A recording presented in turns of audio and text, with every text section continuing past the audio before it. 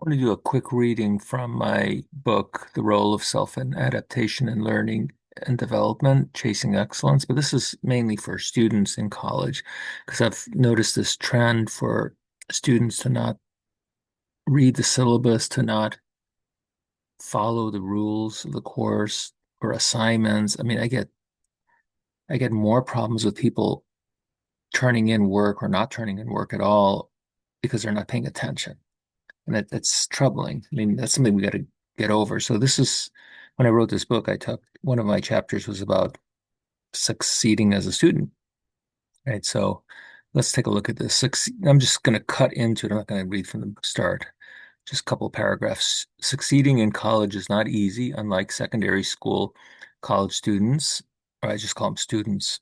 So we just make it easier.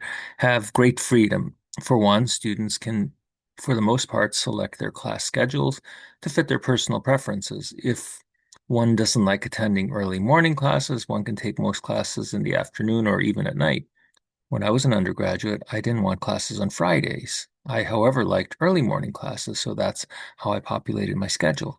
Further, classes do not occur every day and are often in different buildings. On some campuses, one has to hike quite a distance to get to the next class. When I was at the University of Maryland, College Park, I sometimes had I'd sometimes have to hike a distance larger than many college campuses to get to my next class.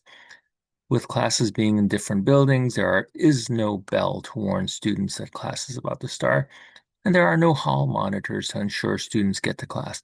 Further, not all professors punish or for tardiness or missed classes.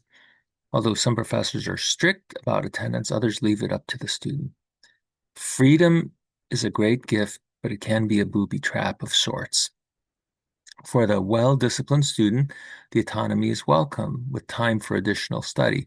However, for the less disciplined student, freedom can result in missed classes, failures to maintain one's studies, and flunking classes. Unlike high school, professors generally provide a syllabus they cover intensely at the start of the semester, and then leave it to the students to refer to and follow thereafter without additional prompting. It's quite a joke among my colleagues to say, see the syllabus, as we know students almost never look at the syllabus despite containing every bit of information a student needs to know. Some students have a very difficult time adapting to this new freedom.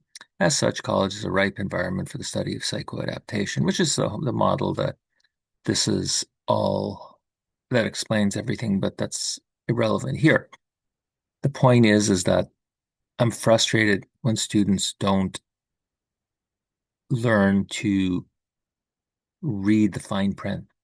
And it really, really, everything is in the syllabus schedule. Like I get students asking me if we're going to have classes when in the schedule it clearly says we're not going to have a class that day.